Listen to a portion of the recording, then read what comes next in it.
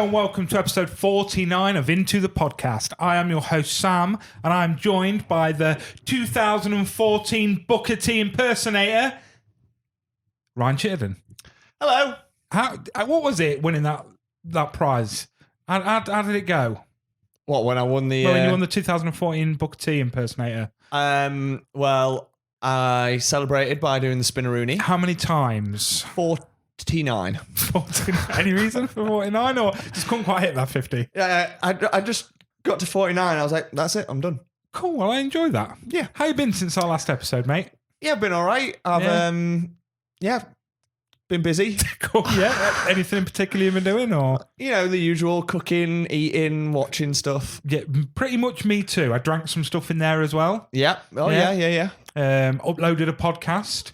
Nice. One of ours, actually. Yeah. Oh, fantastic. Yeah, ate some sour cream and chive and bacon.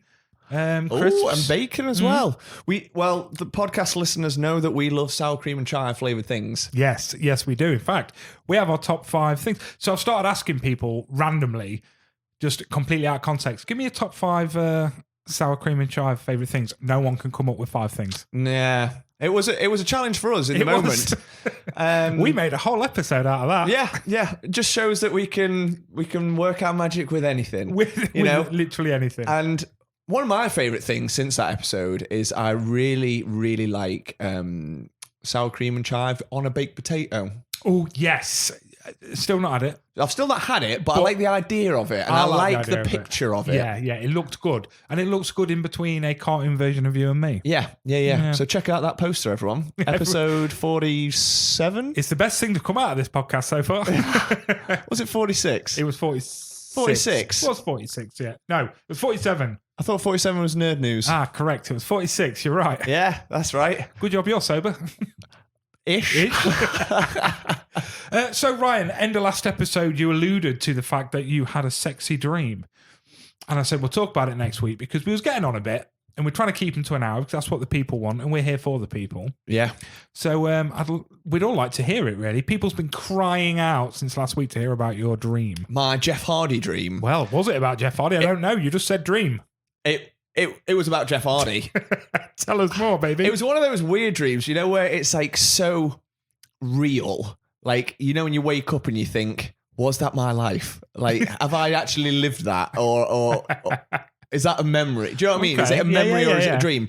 So in the dream, Claire and I had gone to like a wrestling kind of like Comic-Con, kind of like event type thing. So there was like an actual wrestling ring in the middle, but then everyone sat around, like watching. That was like the dinner and a show type thing. So you sat around the ring, but you were like having drinks and food and entertainment would come on into the ring.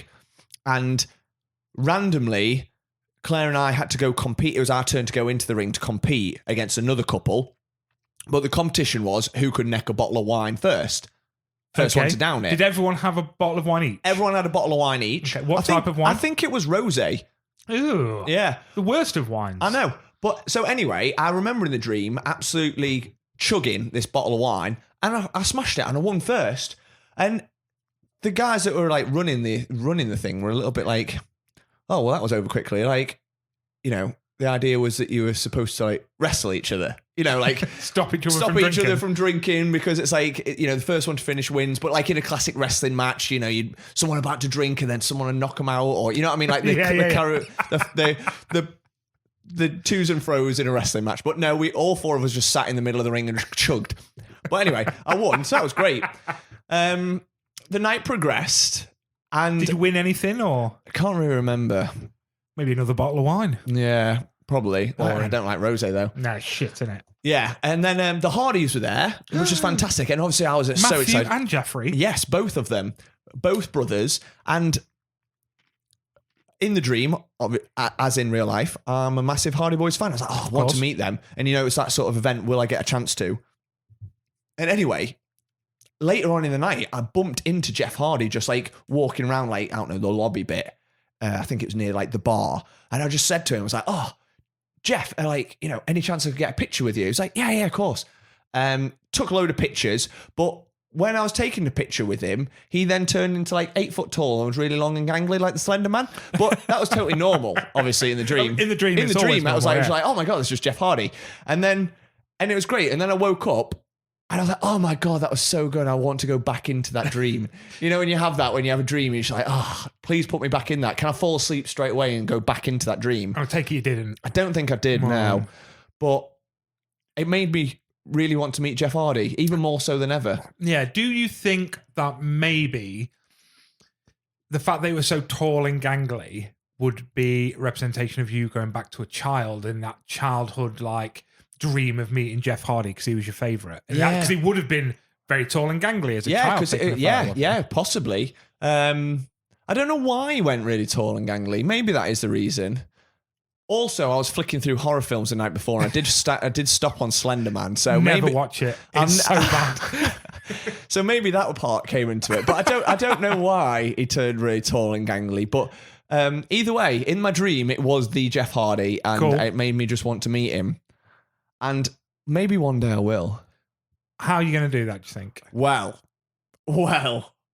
Let me tell you a story. Oh, tell me a story. It's not really a story. Let me tell you something. Okay, tell me something then. So you know how Claire and I went to a horror Comic-Con Yes. up in Manchester, Yes. and it was called For the Love of Horror.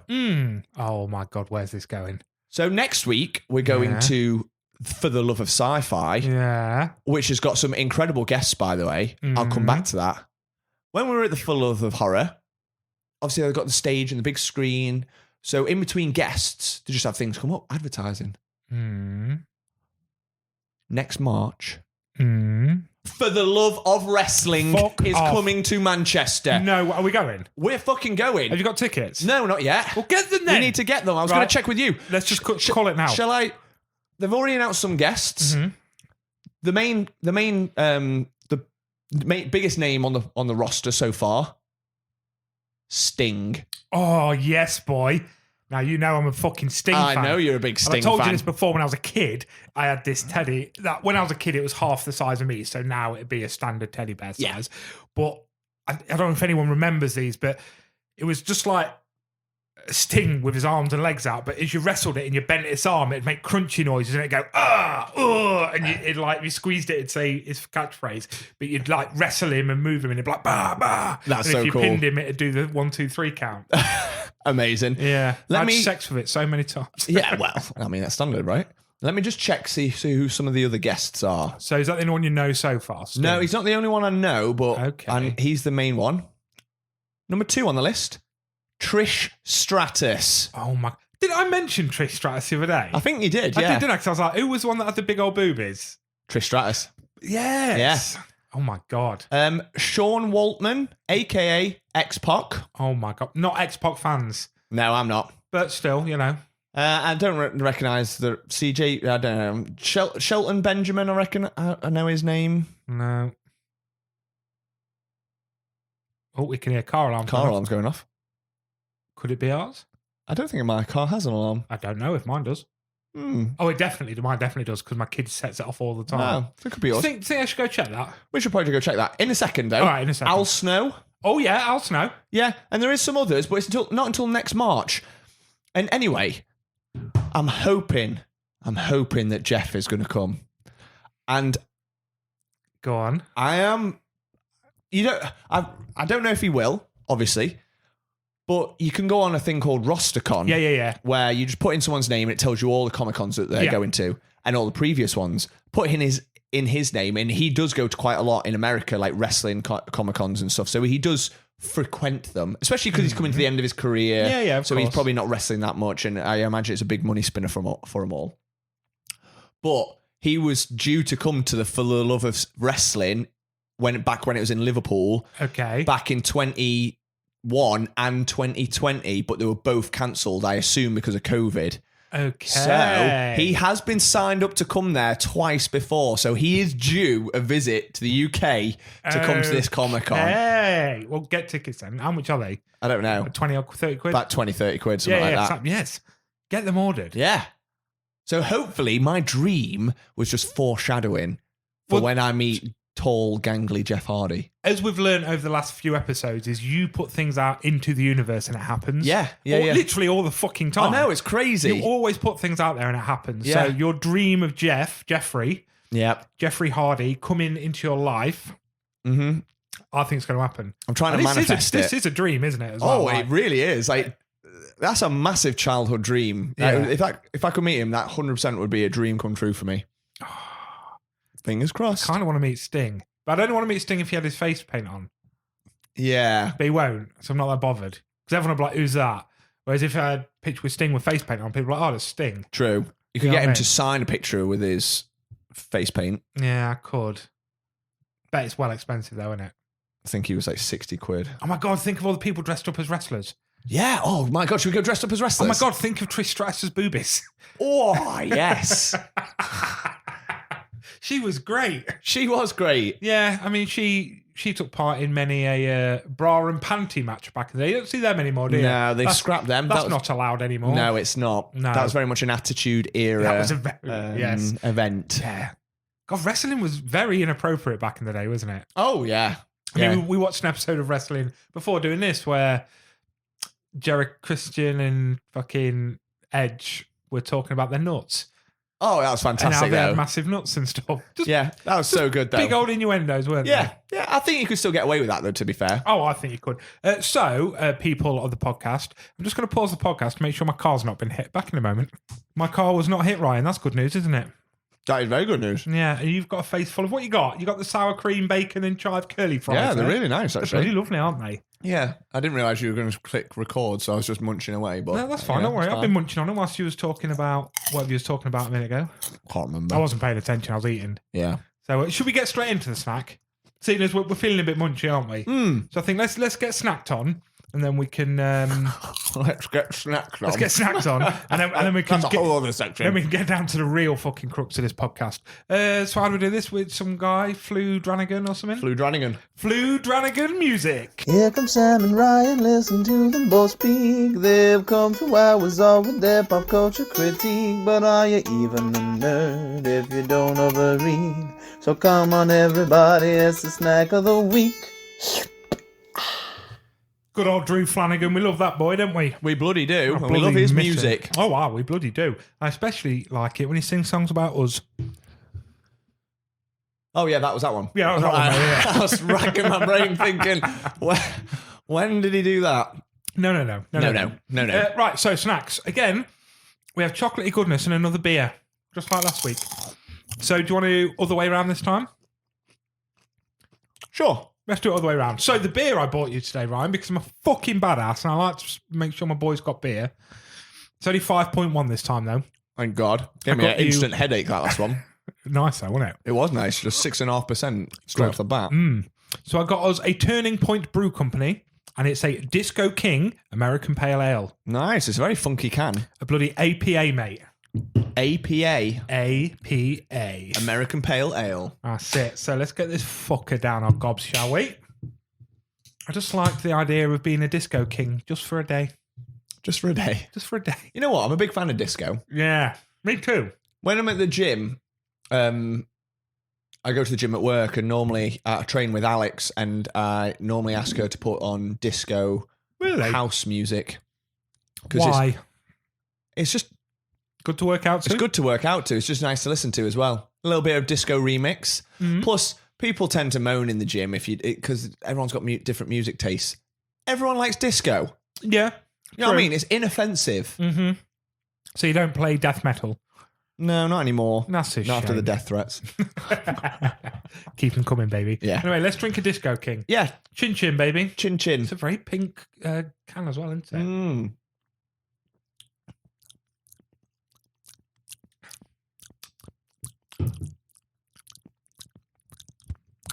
It's got an aftertaste of something. Trying to figure it out. It could be the sour cream and chive, to be fair. Yeah, it's all in my teeth. Yeah, sound mine good, too. though. I'm trying to work out the flavour of that. Yeah, no, me too. It's nice, though. Mm. And I can guarantee it's another one for your app. It's very inoffensive. It's got an aftertaste, and I can't figure out what it is. No, I can't either. Anyway, I feel like it should be a fruity drink, but it's not. No. So I can't figure that one out. No, that's fine. But we'll drink the whole thing because it's a big old can. It is a big old can, yeah. Right, let's move over to the chocolatey goodness. Now, we have done, not these before, but this brand before. So we have done the old BN. Do-do-do-do-do. BN. Do. No more of that. So I found some McVitie BN popping candy sizzling strawberry cake bars. Wow, that's a mouthful. Isn't it just? Let me say it again. The McVitie's BN popping candy sizzling strawberry cake bar. They just look really nice. I'll be honest with you. I was going to go for something a little bit crazy and a little bit out there, but then I went, no, popping candy sizzling fucking strawberry flavoured cake bar. Yeah, nice. They're quite little. They are quite little. Lovely little pack-up sizes. They are lovely pack-up sizes, aren't they? You something to have in your pack-up every day once you've had your sandwich and your bag of crisps. The problem is, so I do eat that for pack-up every day. I have like proper pack-up. Yeah.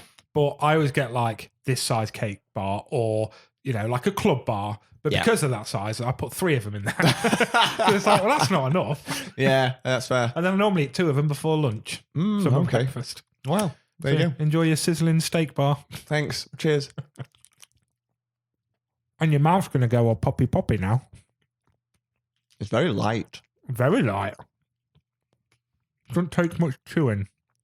No. Not a lot of popping. I was just about to say that. No, my tongue isn't popping at all. No. I'll No take a sizzling. second bite, see what happens. Are you okay there, man? Fucking rapper was attacking me. I mean, it's what it is. It's just a lovely little cake bar, isn't it? Yeah, it's all right. I won't say top tier, No. but, Middle of the road. yeah, fine. Inoffensive, like the beer. We're having a very inoffensive week. I would have some of them in my snack drawer at work. Yeah. Just like, I'll just have one of them. Just fancy a bit of this. Yeah. One inoffensive week we're having. We're very inoffensive people. Now, shall we make this offensive, you prick? Speaking of, your wife called us both pricks earlier on Facebook. Oh, on the social media. It was rude, wasn't it? It made me cry. I'm not going to lie. I don't think she cares. That is offensive. I'm starting I got the pop in there. Did you hear that? I was just about to say weird, that. I literally bit it popped and sizzled in my mouth. You're happy now. Oh, how offensive. Yeah. Right, what should we talk about now? We've got a film to talk about, but we've also got a question to ask you. What would you like first, Ryan? I'll let you pick. Film. Okay. So, we've just watched a film together. We have. Which is nice, because we don't get to watch films together very often. No, not very often at all, because we very rarely see each other where we think we've got enough free time to sit and watch a whole film. Oh, yeah. Like, it's got to be that. We're either going to the cinema or we're doing the horror date with the fucking psychosocials. Yeah. I mean, we say we never get to watch a film together that often. The last 2 episodes we've talked about films that we've sat and watched together. Well, yeah, but the last one we recorded 20 minutes ago, so... Yeah. It's fine. It's not... It generally doesn't happen that often. It really doesn't happen that often. In fact, we've probably only seen, 5 films together? Yeah, 5, not 6, something. That's not many at all, is it? Yeah. But this is one that you wanted to see. I have seen in the past. Just come onto Netflix. So we're going to discuss Studio 666. Yes. Which is the horror film written by Dave Grohl, based on a story by Dave Grohl and starring the Foo Fighters. Yes. Because when you want a gory horror film, I like to think to myself, let's bang some horror classics in here. Yeah. The Foo Fighters. It's all wanting They everyone. scream horror to me. Absolutely. So, Ryan, why don't you tell the lovely people a synopsis of Studio 666? Okay. So, Dave Grohl and the Foo Fighters are due to record their next album, but they're having a bit of writer's block. Can't come up with anything. So they need some inspiration because it's their 10th studio album. So Gotta be big. Got to be big. Got to go big. So they don't know what to do. They're having an argument with like the studio exec, and he's like, we need to go somewhere inspirational, like Led Zeppelin did when they went to a castle and they came up with the dragons and the wizards and stuff. So we need that. And then the studio exec has a little thought. He's like, I know exactly where to send you. And he sends them to a studio that we see right at the start of the film back in 1993, where there are some grisly murders taking place. The death of Jenna Ortega. Yes, straight away. It's literally opening scene and someone screaming. It's like recording studio equipment. Someone screaming. It pans down and there's a woman crawling across the floor, like her legs, like bones sticking out of her leg. She's screaming. And you can't really see her that well, but I just instantly turned to you, didn't I? And I was just like, is that Jenna Ortega? I was like, no, it's You're not. like, no way. And then next second, someone stands over and smashes her head to pieces with a hammer. I was like, yeah, probably not Jenna Ortega because she wouldn't be in this film for like less than 10 seconds. Anyway, I was like, I'm going to check because I'm pretty sure that's Jenna Ortega. Googled it. Sure enough. There she is. There she is. And because the next scene is the newspaper article of her death, and it's clearly Wednesday Addams, isn't yeah, it? clearly her, and the name pops up in the credits, Jenna Ortega. I was like, wow. Because it only came out last year, so it's not as if Jenna Ortega was a nobody then. I know she's certainly made it massive since Wednesday's come out. Yeah. Which was this year, was it? Was it? Back in the last year, Maybe. I don't actually know. No, I think it was No. early this year. I'm losing track of time now. I'm old now, mate. Yeah. Anyway, so they decide to move into this studio, and it's haunted, got eerie vibes, and that's where they decide to make their next album, and then things start to unravel. Their tech guy gets killed, because the electrics get shorted out by like an evil spirit, and Played by Kerry King. And for those of you that are not into your heavy metal, it's the guitarist from Slayer. Yeah, I wouldn't have known that, but nice little cameo there for the music world. And then eventually Dave is losing the plot and eventually gets sort of possessed, and it's all about him creating this mad album, and it's all linked to demonic possession. And do we go into spoiler territory? No, we'll leave it. We'll leave it there. I think you've pulled it quite nicely. So the reason they decide to record there is, as musos are, he's in the front room and he's clapping. He's giving it this, going, this sound isn't quite right. Yeah. Then on the claps, you kind of hear this, with a ghost in the background. A little ghost in the background. And he's like, and he does it again, and it's there.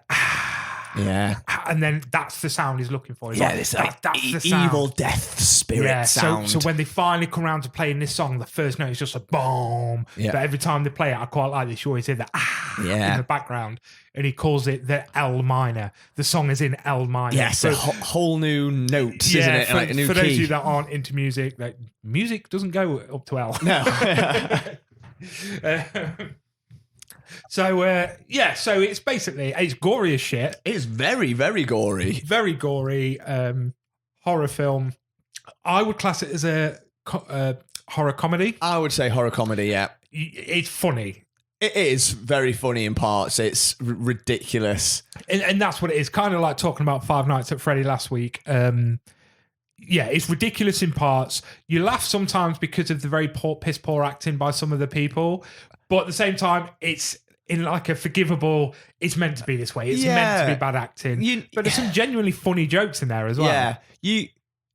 You've got to take it with a pinch of salt because the stars are the Foo Fighters, who aren't actors. Oh, absolutely. So I was reading an article on the film itself, and, Dave Grohl was saying, at the end of the day, we do music videos and stuff, but like we're not actors. So most actors will get something in 4 or 5 takes, but it was like we were 20, 25 takes every time. Wow, because we're all laughing, we're all taking the piss, like it's just what it is. So it was a long process, but a very fucking random fun process. I wonder why they decided to do it. So apparently one of his friends who's in the industry came up to him and was like, dude, we want to bang you in a horror film. It'd be fucking wicked. So that place that they did, they recorded an album in. Right, okay. So after he spoke to a friend about it, it's like, we'd love to do a horror film with you. They recorded the album in that house, and Dave Grohl was like, after we recorded the album, should we do like a horror short? Yeah, okay. And he said it was always supposed to just be a horror short, but obviously he spoke to his mate who was in the industry, and it just become this massive Hollywood It's like an hour 46. Hour 46. It's a proper horror film. Yeah, full film. It had a cinema release. Wow, I didn't realize it had a cinema release. Cinema release. Yeah, I unfortunately missed it at the cinema. But full cinema release and everything. So their idea was to do like a 10-minute horror, because the Foo Fighters are known for their brilliant music videos. Oh yeah, it's one of the reasons why I think why so many people love them, because I do like their music. They're not one of my favorite bands, and that's not taking anything away from them, because I do really like them. But what I love about the Foo Fighters is their music videos. Absolutely. They're pure entertainment, and I feel like that makes you like the band, and therefore the music even more. It makes them just such like appealing characters or like personalities. So I think that's part of the reason why Dave Grohl is so well liked and everyone seems to love him, because he's like one of the nice guys of the industry. Everyone says that, yeah. So it's like, and it's, yeah, he's got a lot of like charisma and cheekiness, and that's always evident in their ridiculous and fun music videos. Yeah. So this felt like, in a lot of ways, just like a video, and a full feature film of that. Because bearing in mind, Everlong was a piss take of Evil Dead, wasn't it? Yeah. The Everlong video. Yeah. Then you got to think of things like Learn to Fly on the Plane. Yeah. What was the one where the drive-through cinema? What song was that for?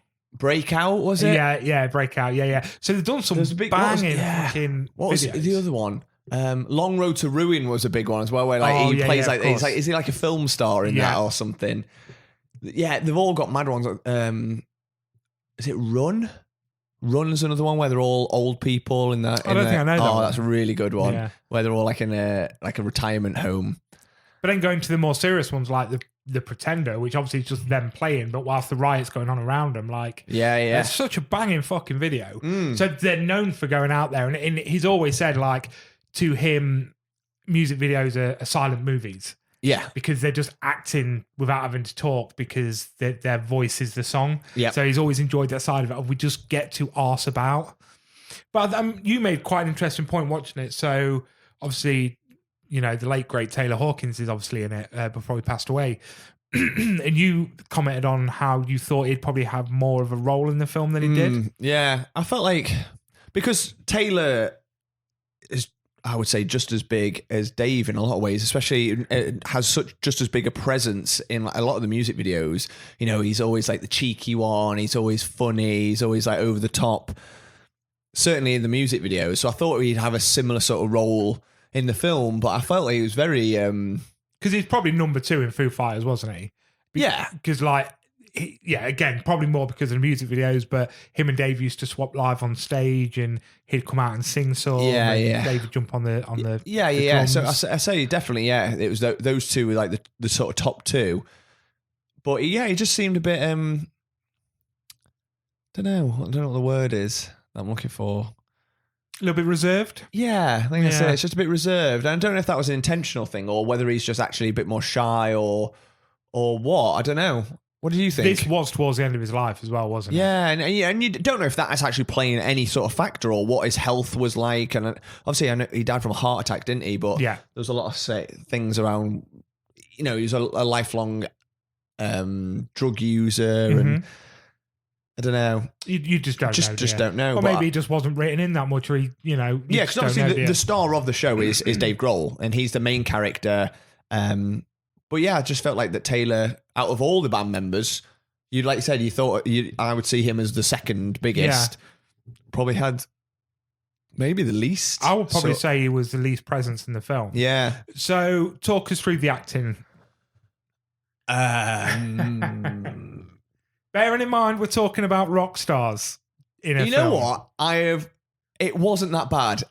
Dave Grohl was actually pretty decent. He was good, wasn't he? He was good, and he's got good delivery. Obviously, you know he's not an actor, but I feel like he was able to carry the film, and there wasn't any sort of scenes where I felt like he missed a beat or anything. He seemed natural. He seemed comfortable in the role.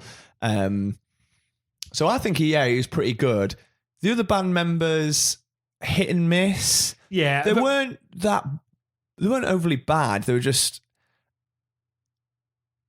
not as confident, I think. That's the thing. So, for example, I'd say probably the person with the second most amount of presence was probably Pat Smear. Yeah. but his acting was atrocious. His but acting in was atrocious. such a fun way. Like if a demon comes up to him, he's the pure Macaulay Culkin hand on cheek. Yeah, type, but and it was running done, off. Yeah, it was done so well and in jest that he knew where his strengths are. think and that wasn't it. Yeah, and I think But he played it off so well. I think that's the thing. Like they sort of played to his strengths because he could be silly and over the top. Yeah. Quite camp in a way as well. Very camp. The whole time he randomly sleeps on a worktop, so there isn't a bed for him, and he's always wearing like a bed cap. Yeah, like an like old school classic bed cap and pajamas. classic pajamas. Yeah. But you know what? Yeah, I enjoyed it. Absolutely fantastic scene. Probably the best scene in it is where Dave starts playing "Hello" by. Is it "Hello" by Lionel Richie? By Lionel Richie, yeah. Oh, that is out. We were crying with that, weren't we? We were genuinely properly laughing, like proper belly laughing. I won't spoil the scene, but yeah, just really good. So there was like proper like hidden gem moments in the film. Great comedy, great gore. Probably just went on a bit too long. Maybe. I think a 90-minute film would have been good. Yeah. Maybe just drop it by 20 minutes, I think. Because it just, a couple of times, it's like, they go to leave and then they come back, and it just felt like that got dragged out a little bit. Yeah. But what was really interesting at one point is like Dave Grohl's character he plays himself. He goes into the basement, where it's like all this, the source of like the demonic possession and stuff, and like you find in any classic horror, like an evil book and stuff, very Evil Dead-esque, very Necronomicon style. Yeah. And then there's like this old record player, and there's he finds this old record, doesn't he? It's like Death Widow, was it? Something Widow. Yeah, I think it was Death Widow, and it's like this old song. And he's like, "Oh, amazing!" Dream Widow, and he plays it. And it's like this banging like guitar riff, and it's like proper heavy. And I just turned to you straight away. I was like, "Is this a real song?" Yeah. And we googled it straight away, and it was like, "Oh, it is a real song and a real album and a real band." And then I was like, "Oh, it came out in 2022." And then you were able to just check, and it's like it's actually the Foo Fighters, and it's an album they created for the film. Yeah, and it is metal. Yeah.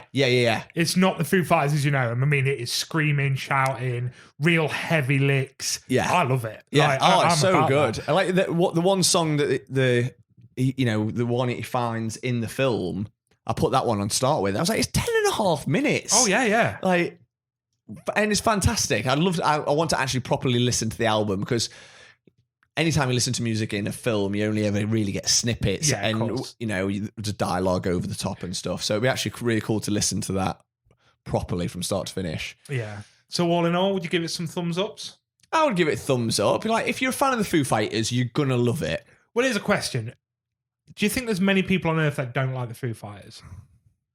And I'd like to hear from you guys listening. Like, let us know if you genuinely dislike the Foo Fighters and why. Because I just feel the Foo Fighters are the band that I don't give a fuck whether you're into fucking happy hardcore or classic or whatever. You bang on Everlong or Learn to Fly or one of the, you know what I mean? You know the words. Yeah. And you're dancing to it and you're happy. Break it. Everyone knows these songs. Yeah, exactly. And I just feel, and maybe it is the music videos, maybe it is just that they are the good guys of the fucking music industry. Yeah, but I just feel everybody loves the Foo Fighters. Yeah, I get Rightly so as well. They're it. not, like you say, not your favourite band. They're not mine. I only own one Foo Fighters album. I got it on vinyl. I don't think I probably only got one Foo Fighters song on my playlist, but I love the Foo Fighters. Yeah. At the same time, I think that's the thing. Like, sticking with the theme of today, that they're inoffensive. You don't, like you said, you don't have to be into that their genre of music to just like them or like them as people, and that instantly makes you want to like their music more. Yeah, I don't know. What a career Dave Grohl's had, though. Oh, unbelievable. From the drummer of Nirvana. And you always forget that he was the drummer of Nirvana. I think a lot of people do. And what always shocks me is I always think of, because he's young in Nirvana, but really there's only like 2 or 3 years between Nirvana and Foo Fighters. Oh, yeah. Which is crazy because they seem like two completely different eras of music. Absolutely, yeah. Very much like the grunge scene of the early 90s, Nirvana, they were like the leads of that. They were massive, but short-lived, a fire that burnt bright, but extinguished quickly. How many albums did they have? 3? 3 maybe, yeah. 3 or 4 tops. And then And then Foo Fighters, I would very much put in like what I grew up with of the Kerrang era. Oh, yeah, you sure, know, yeah. like them and Blink and Tenacious D and Green Day and all that era of music that we grew up with. Yeah, I yeah, put yeah. Foo Fighters fully in that mold. Oh, me too, yeah. And Nirvana, again, probably maybe it's just for me, but because Nirvana came out when I was like a baby or a toddler, you know what I mean? So I didn't. That was like before my time, even Yeah, though I of was still course. alive for that. So yeah, for me, they feel like two totally separate eras, but really only separated by 2 or 3 years, which is crazy. Yeah, it is, because isn't there a documentary out from Dave Grohl when he buys an old recording studio? Was it one in Seattle or something like that all the grunge bands used to record in? He bought it and recorded some albums or something. I'm sure I might be butchering it, but there's definitely, is it Sound City or something like that? He's got a documentary out where he buys his recording studio and produces some albums in it. Right, I don't But know. it's all I don't like know. based around 90s Seattle grunge. No, yeah, I don't know. You could be right. I'll have to find it. I know one of my friends, he's a massive Dave Grohl fan. And I know a lot of people are. Have you listened to the DGs? No. So the DGs, Pete from work introduced me to the DGs. Okay. He's big into his punk and stuff, isn't Yeah, he? yeah, But he said, "Have I listened to the DGs?" And it is basically Dave Grohl and the Foo Fighters covering the Bee Gees. That's insane. It's all on Spotify. It's amazing. Is it really? It's so good. Yeah. They've got a full album. It's just called I think it's just the DGs. Oh, wow. I'll look out for that. And I'm sure Pete said that it had like a limited edition vinyl run. Oh, wow. Obviously, they go for crazy money now because limited edition and a one-off. But yeah, we'll have to listen to some later. Oh, but for it's sure, just yeah. banging. Like his voice just works so well. Oh, amazing. Just good fun. Like, and I think that's the thing. Like, Dave Grohl's so talented, he can just turn his hand to anything. Big time as well, yeah. And I think because he, like I said, because he is such a nice guy and, like you said, a good guy, Very talented. You instantly can buy into it. Like he does a horror film. You're like, yeah, of course Dave Grohl can get away with that. Yeah. Oh, he's now gonna do disco music. Yeah, well, of course he can. You know what I mean? Like it's like almost like whatever he wants to turn his hand to, he'll get support for that. Don't you want to be that guy, though? Oh, But yeah. just if you do it. To be fair, it's weird, because let's go back to when you and me first started knocking about. Yeah. That was you. You was that in my life of... So you were What just do you this, mean? You were just this cool guy that I knew, and I was like, this motherfucker is so cool. Then I was like, yeah, no, Ryan's really into Dungeons and Dragons. This was before I properly knew what a nerd you are. I was like, yeah, of course he is. And he gets whether it's cool. Oh yeah, did you know that Ryan tends his own herb garden? Of course he does. Yeah. Of course he does. Like, to look at you, you don't go, you're just like this cool motherfucker who sits at home, fucking nerdy as arsehole. I think people, looking after his herb garden, playing D&D. It's just mad. Like, to me, it was so weird when I first met you. Of like, just to me, you was the epitome of coolness. Oh, thanks. I expect, and I knew you was into your football and stuff, so I was just expecting you to be this like a lad's lad, like this stereotypical lads lad. Yeah. But no, you fucking dweeb. I am the biggest nerd going. Oh, yeah. by far. And I'm proud to be that. You know what I mean? You throw me out the water, and I thought I was a nerd. I'm a wannabe. It's good fun. There's a lot of things to go out and enjoy in life, isn't there? Of course there is, mate. If you want to try something, just do it. Absolutely, and I'm totally that. This is why I did the old tarot reading stuff. Yeah. How's that going? I've done a couple more readings. The last few days I've not done anything. I'd probably say I did promise myself I'd do something every day, and I haven't done for the last 3-4 days, but I will. You know, in the next couple of days, I'll whip them back out again. I'll do a bit more research. It's just something you can easily pick up and yeah, have a go absolutely. at. I've started listening to a podcast actually. Okay. I cannot remember what it's called. It's a woman called Bridget something or other, but it's just a tarot reading thing, and she just explains sort of like myths of tarot reading, and That's cool. It's just very interesting. It's one of these because I listen to the same podcast over and over again. Just to break it up, sometimes when I'm something driving, different. I want a podcast, but this one podcast I listen to, I'm like the third rerun of listening. Yeah. And it's like, I just want something different. But I can't be asked to listen to music, so I'll pop this on, listen to a couple of, they're only half-hour runs. Yeah. And it might just be, these are the 4 things of what not to do when reading your own tarot or something like that. So yeah, I'm finding it quite interesting. Yeah, I'm going to need something to listen to on my drives because I go like you. I go through phases where I'll go through I'm not so much of the podcasts, like I've said before, but I'll go through audiobooks and then I'll listen to a few of them, and then I really want to go back to my music. So recently I've been smashing, obviously Johnny Flinks, he's got a new album out, as mentioned previously. Hosier is another one I've been smashing because he's got a new album out.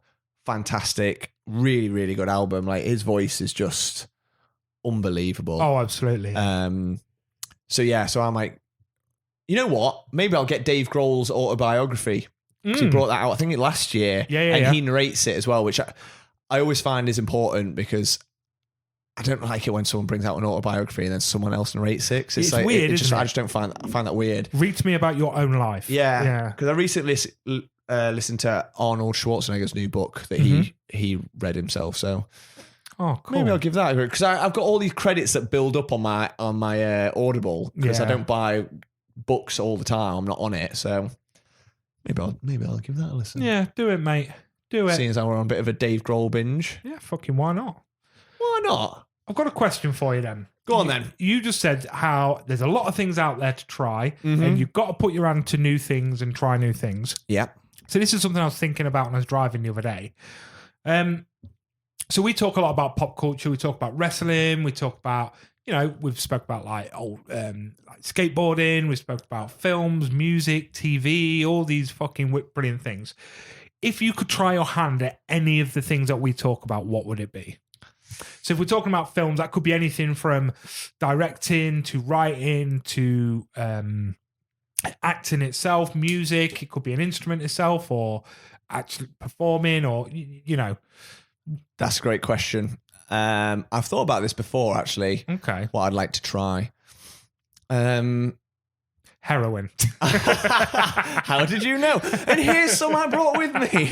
Here's some I prepared earlier. No. When I was a kid, I would have loved to have done wrestling. Of course. I really, really wanted to do wrestling. It was always something I used to like play wrestle. Like I'd always throw myself around. Like when we got a trampoline in the garden, I was always practicing. But like pushing myself. Obviously, like I wasn't properly wrestling, but it's like, right, I want to be able to do like a swanton bomb. I want to be able to do a front flip. And then it's like, right, I want to be able to do a backflip. So I would be out there practicing until I could do like 5 backflips one after another. And I was just like, I'd have fucking loved to have done something like wrestling. But in England, and especially that time, wasn't a thing. Now, if we was 20 again, we'd be in the wrestling scene in a heartbeat. Because it's that, like, local wrestling is huge now. It seems to have had like a proper revival, which is amazing. And like, but when I was a kid, it wasn't unheard of. It was like a circus act that would come around once every blue moon. And especially like being like countryside, bloody Derbyshire. It was not like not like your local football team that every bloody village has got at least 7. So I would have loved to have done that. And so I'm someone that's obviously I like my fitness and I like my sports and stuff as well. So I would genuinely, even now, I'd love to do it. Even if it was like, because you said before how like you've been like when you were like in a band and you had like a guest appearance at like wrestling events, and I would love to do something like that. Like if me and you could have like into the podcast special matchup or something, that would be cool as anything. I'd love to genuinely try that. At least I've never been in a wrestling ring before. No, I haven't. Do you know what I mean? Like that would be so cool just to give that a go.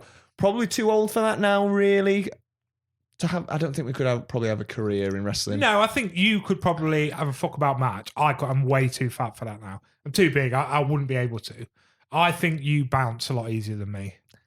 Yeah, but it's not just about that. It's about your persona and stuff as well. Oh, persona-wise, I'd smash it. Yeah, and that's half the battle, though, isn't it? So, like, you've seen me on a mic several times. Yeah, exactly. Yeah. So I think you would carry that. And you look at wrestling. A lot of the guys, it's not about being. It doesn't matter what your size is, how big or small you are. You just play to your strengths, don't you? Like, you look at some of like the massive people that would come in, like like someone like the Big Show. He couldn't move really. He was just a big guy, but the play to that, he's just the giant or whatever. And so I think, I definitely think you could do that. Persona-wise, I kill it.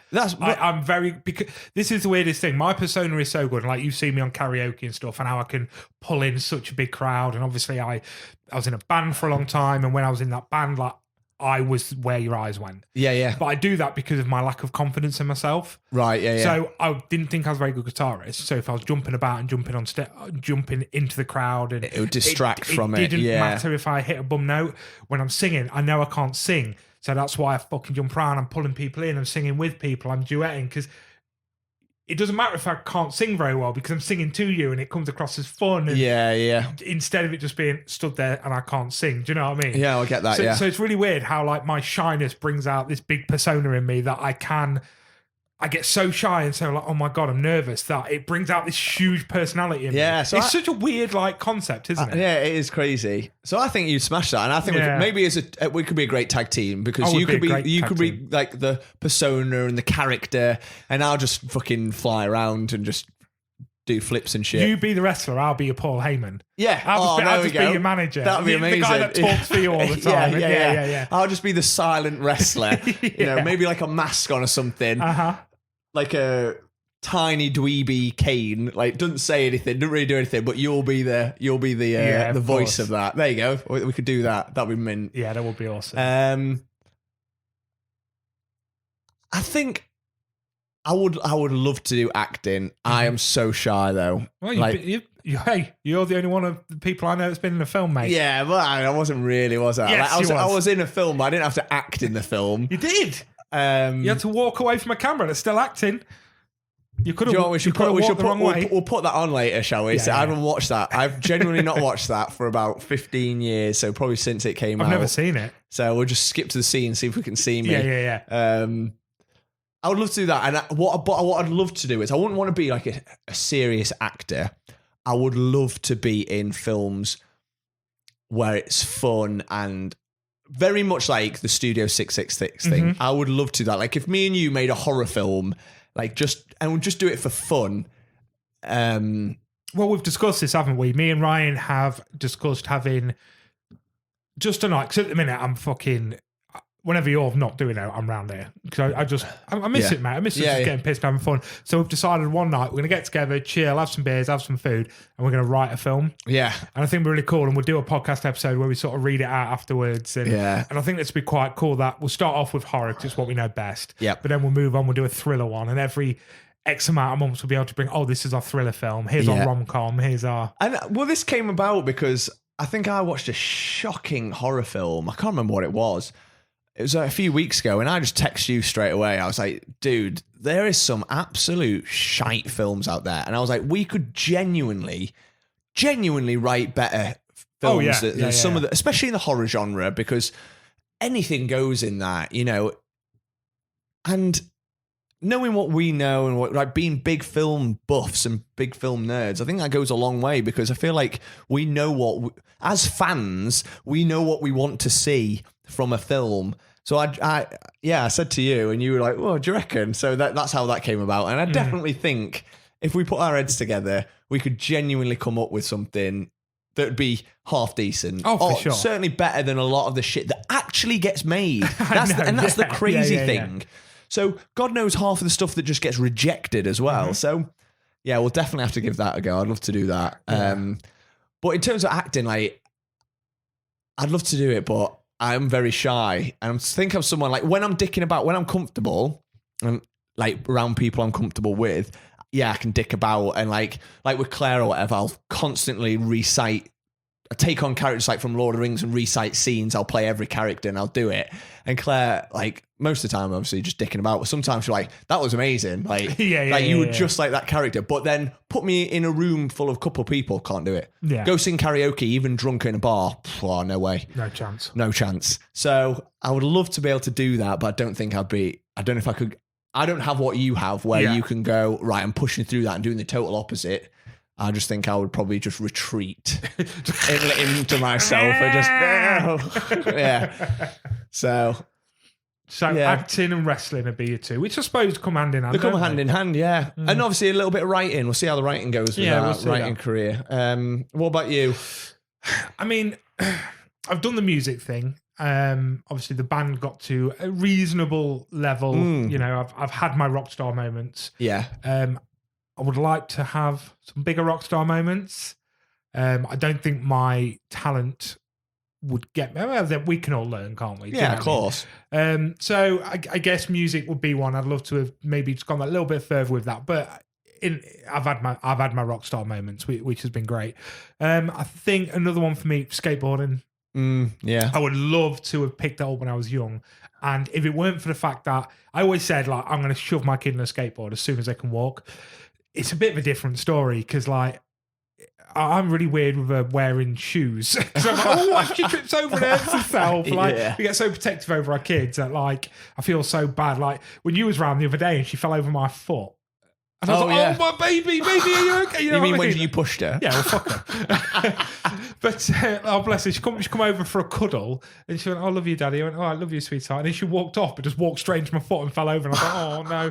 But do you know what I mean? So, like, I would love to have, when I was younger, taken up skateboarding properly. Yeah. And just not even to be amazing, to be able to drop in. Yeah. To be able to drop in and do a couple of circuits of a half pipe. To be able to do that thing where you throw it and then jump on it and then just ollie up a curb. Like, if I could use a skateboard as a mode of transport.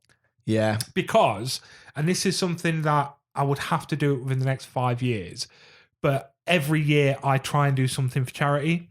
So obviously I've done the tattoo stuff before. The last couple of years I've done the streaming thing. So an idea I had a couple of years ago was I want to do a coast to coast, sideways, not up to down, because I'm fucking too fat, on a longboard. Nice, yeah, cool. So do a coast to coast on a longboard, and I think it would definitely, I'd earn money because I'm so unfit that I would really have to push myself and get myself fit enough and blah, blah, blah. But I'm just too scared. I remember back in the day when I used to longboard, and whenever there was a slight decline and you get that speed wobble because you're going too fast, you know you're coming off it. Yeah. And I just thought I'll spend more time falling off it than actually going. Yeah. But it's that is my dream at the minute, longboarding coast to coast. That'd be awesome. It would be cool, and you could wouldn't it? Definitely do that. That's definitely achievable. Oh, achievable. Like, definitely. that's more achievable than me doing any wrestling. Yeah, do you know what I mean? true. Like, that's something that just a year of prep it'd take. Yeah. And then the other thing, something in the movie industry. Like, I love the idea of acting, but when you think about it, I bet it's boring as fuck being in the movie industry. Yeah. Because if you think you're an actor, you spend 6 to 9 months doing a film, just go again. And then you spend the next 3 months pushing it and going on panel shows and this, that, and the other. And then you can't walk around without people being like, oh my God. I think there's a lot of drawbacks to it, isn't there? Genuinely, I think being a film star must be a nightmare. Yeah, and it's not all glamorous. And it's interesting saying that because when I keep harping back to it, but when we went to the Horror Comic Con and Brad Dourif was on the stage and answering questions, and one of the questions posed to him was, what advice would you give to someone wanting to become an actor? And his advice was, don't do it. Really? And he was like, that's someone who's been in the industry since he was 20, probably, he's been in the industry 50 years. And he was like, it is hard and it is not glamorous. And he's someone who's made it. Do you know what I mean? Oh, God, he's an Oscar-nominated actor. Yeah. And he was just like, it is not what people think it is. It is really, really hard. It is not glamorous at all. What we see is what's on social media. Yeah, of course. And it's fake. What we don't see is, like getting up at 4 a.m. to go put your makeup on and then, sitting on set doing fuck all most of the day whilst they set up the set and they redo it. And then you say the same line 8 times, or you don't even say a line because you just stood in the background, and then that's it. Yeah. I mean, to be fair, it's nowhere near. But I mean, even when I used to do music, like you would set off at 1 p.m. to do a 50-minute show. Yeah. At 8:30. Yeah. But you are non-stop because you've got the travel, then it's lugging all your gear in, then it's waiting around, then it's, oh, fuck it, who do we need to talk to get this sorted and that sorted, and then sound checking, and then fucking blah, blah, blah. To go on stage for 50 minutes, to feel like an absolute boss for 50 minutes, to come off, and then it's nice, people come up to you like, oh my God, that's really good, blah, blah. Yeah. You have half hour of the rock star feeling, then it's packing down, fucking blah, blah. The drive back, sweaty, uncomfortable, itchy, like, do you know what I mean? It's a full day's work for 50 minutes to then walk away normally for no money for us. But do you know what I mean? Like, for them guys, it's a full day's work for them to probably be on set, actually speaking lines for maybe an hour. Yeah. And Obviously, there's different levels to anything, isn't there? I think if you're like the big A-lister, you don't do any of that. You will literally come on. You won't be hanging around.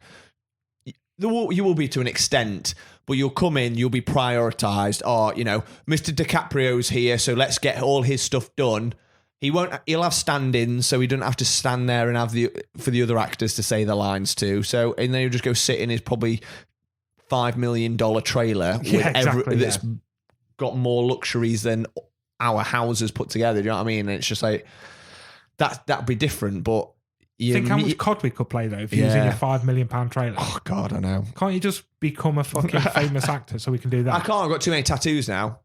Oh yeah, true. Yeah, well, no, I mean you could just become a tattooed. Yeah, there's plenty of tattooed actors out there. Yeah, you just be used for a certain role. Yeah, true. I think maybe what we should do is we should do our own film. And I think we should definitely think we should do our own version of Studio 666. I'm down. We will write this horror film, but then what we'll do is we'll make it. All right. And we'll write, direct, and star in our own horror film. God, this would be fucking amazing. That's what we should do. Well, because then that won't be boring because we'll be responsible for all aspects of it. Yeah. And there are some, I can't remember what it was called, but there was a film that actually made it on Netflix. The whole thing was shot on an iPhone. Yeah. So I was saying to you the other day, wasn't I? I've got a friend, Sean. Anyone that has come across my music in the past, we've got a few music videos. So he filmed and directed all of our music videos. So he's really made it in the film industry now. So he's shot a couple of films. He's been in a couple of films that he's shot. He's like a sole cinematographer, cameraman. Like normally when they pay him to do the film, there's just him. Yeah. Like he's with the director fucking doing it. Right. I'd love to get him on here. But the thing is, he's big time now. Do you know what I mean? Yeah. It's kind of like, hey, and bearing in mind, I say, hey, dude, do you remember me? Like I bumped into him in Smith's toy store 3 months ago and he stopped and we had a half-hour chat. So okay. You know what I mean? Like he remembers me and he knows me and he's still like, oh, hey, dude. And he likes some of the stuff I put up and shit. But I just don't know whether, because I've not seen him properly to actually hang out with since the band days. Yeah, of course. It's like, what would hey, dude, do you want to come be on a podcast? But I'd love that to actually have him here and talk us through it. Oh yeah, that'd be so cool. Talk us through a day on set because in fact, I'll show you some of his films because they are just like B horrors, but they're fun. There you go. Maybe this is our way in. That's our connection, and we'll get our own horror film out there, and then we'll get him to come film it for us. And I'll get him to come film it, and give then him a quid. Yeah, and a BNBN fucking popping candy, strawberry luscious lips, fucking cake. Maybe bar. 3 because only little. You can have 2. I want 1 more. All right, fine. And a handful of sour cream and chive. Yeah, there's not a lot of them left. But yeah. We should definitely do this. I love how this has progressed from I was drunkenly writing a horror film to now actually making this film. But the drunkenly part's not going away, is it? Oh no, I think I need that for the courage. Oh yeah, I think definitely. I'd actually be a half decent actor if I was drunk, pissed. Yeah. Not so you blind pissed, but when you've got that good level like that Dutch courage. When like you're playing pool, you start off you're a bit rigid, not that good. Few beers in. Hitting it, taking those chances, it's pulling off. A couple more beers, you shit again, you can't see. It's that fine balance. Well, I always said this about bowling, I always said, first game of bowling, I'm shit at. Second game of bowling, I'm good at because I'm normally 3-4 beers deep. And the third, I'm shit at because I'm pissed. I've been bowling twice since sober, and it turns out I'm fucking really good at bowling. Oh, so maybe we don't drink. Maybe it's an illusion. Yeah. And it turns out, actually, now I've tried it when I'm not drinking, I'm actually really fucking good at it. So maybe it's just that. So, all right, we're going to make fun. The only thing is the special effects. Well, we don't need any green screen and any CGI. No, I'm talking like blood splatter. And... Yeah, we just have to do... Well, I'm sure if we Google it, do some YouTube videos, we'll have to do our own home versions. The guy from Terrifier does it all himself. Yeah, that's true. And obviously he had to learn somewhere. Yeah, fuck it. Yeah, YouTube's going to tell us everything, isn't it? Yeah. All right, cool. So... Or if not, Sean. Yeah, Sean, yeah. Well, I'm sure he'll have contacts. He'll know, point us in the right place. Of course he will. Or he'll just come do it for us and, again, 2 chocolate bars and some crisps. Yeah. And a quid. Easy.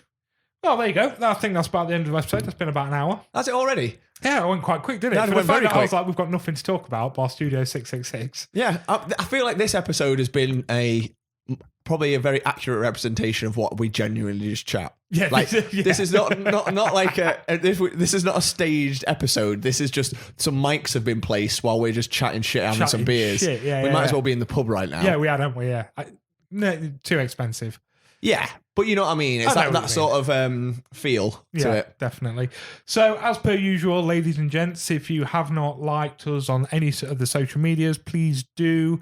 The more people we have on there, the more kind of pressure we'll have to actually use it. If we had some followers, I might use the fucking thing.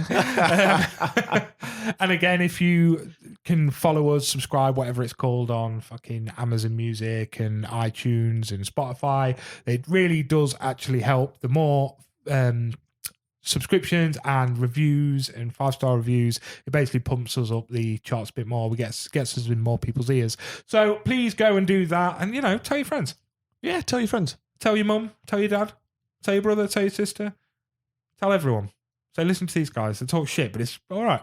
And they've got a film coming out, so one day they'll be massive. Oh, I'm excited for this. Yeah, boy. So as per usual, we'll end the episode with Ryan giving us some words of wisdom. Ryan, go. If you ever want to get really drunk, message us and we'll send you the rules for Royal Rumble drinking game that Sam and I are about to go play right now. Peace.